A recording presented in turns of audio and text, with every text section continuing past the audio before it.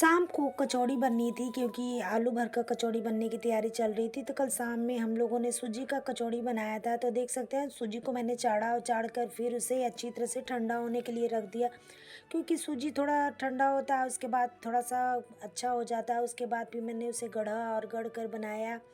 बहुत ही टेस्टी लगता है ये। तो उसके बाद फिर मैंने उसे छाना और छानने के बाद फिर मैंने सभी को दिया, मोनू नंदू। उसके बाद टमाटर सॉस के साथ सभी खाएं। कोई जिसे अचार के साथ खाना था वो अचार के साथ खाया, जिसे खाना था ऐसे।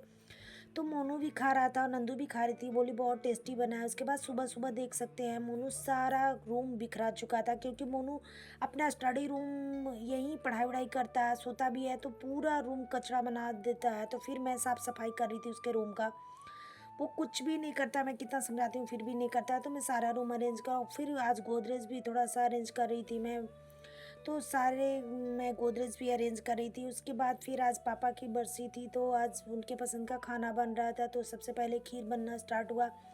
तो मिनी भाभी खीर बना रही थी, उधर आलू भी बॉयल हो रहा था। उसके बाद मैं फूल तोड़ने लगी और फूल तोड़ने के बाद फिर इधर सब्जी बनने लगा कुंदरी का। और फिर जो जो पापा का पसंद था वो उसका भुंजिया, खेक्सा का भी भुंजिया बना, कुंदरी का भी भुंजिया बना। तो खेक्सा का भुंजिया बन रहा था।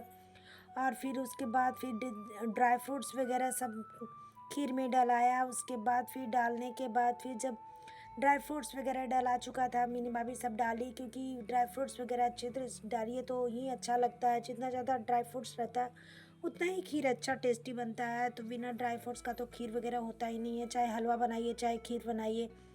तो फिर वो खीर बन चुकी थी। इधर फिर सब्जी की तैयारी होने लगी, क्योंकि आलू पटल की आज सब्जी बन रही थी। पापा को हरा हरा सब्जी खाना पसंद था, तो फिर उसके उनके पसंद का आलू पटल की सब्जी बनने लगी। तो आलू पटल की सब्जी दोनों आलू को उबाल कर मिनी भाई बनाई। उसके बाद फिर सब्जी बन चुका था। उसके बाद फिर कस्तूरी मेथी डालकर फिर सब्जी बन चुकी थी।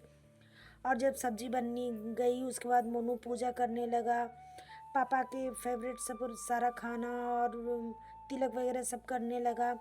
पापा की बहुत याद आती है। मेरे पापा बहुत अच्छे इंसान थे, और उतना ही पापा का खोना मेरे लिए दुनिया में सबसे बड़ा, मैंने पापा मम्मी दोनों को खोया है, इससे बड़ा दर्द कुछ होता ही नहीं है अपनों को खोना। पापा के बगैर और मम्मी के बगैर ज़िंदगी क्या है, कोई मुझसे पूछे। क्योंकि मेरे पापा मेरे मम्मी मेरे लिए सब कुछ थे, भगवान की तरह थे वो। और उनके खोने के बाद मैं बिल्कुल ही